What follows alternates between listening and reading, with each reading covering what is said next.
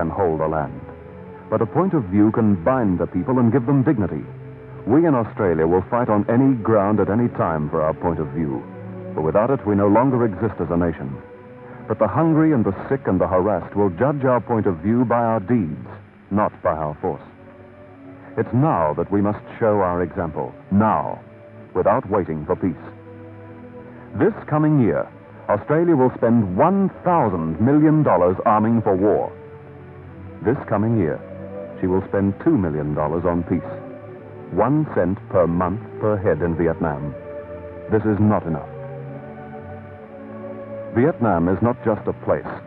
It's a time in history. A time in history when conquest of an enemy is not just a matter of superior force. It's also a battle for the minds of men.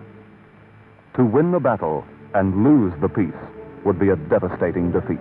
I'd like to take just a couple of minutes to talk about Vietnam. So much has been said for and against Australia's commitment in Vietnam.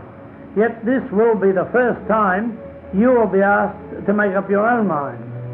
I'm sure you will do this, having thought very carefully about your decision. You see, whether we like it or not, right at this moment, Australia is at war. It is no less a real war than if it were being waged in the streets of our own cities. It is different only in one way. That is because it is being waged in someone else's backyards and not in our own. We are still in a position to decide just what part Australia will play in Vietnam.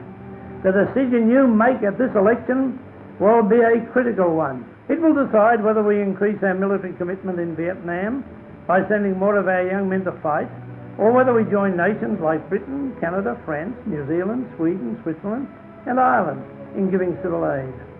Even the greatest optimists are expecting a long, long war in Vietnam.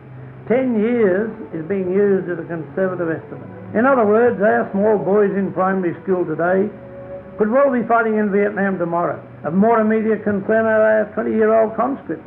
The government has clearly indicated that more will be sent and that we will greatly increase our military strength in Vietnam. In America, conscription starts with 18-year-olds. Now young men up to 26 years of age are being called into active service. And so we see the net growing wider. And inevitably we must expect the same thing to happen here in Australia.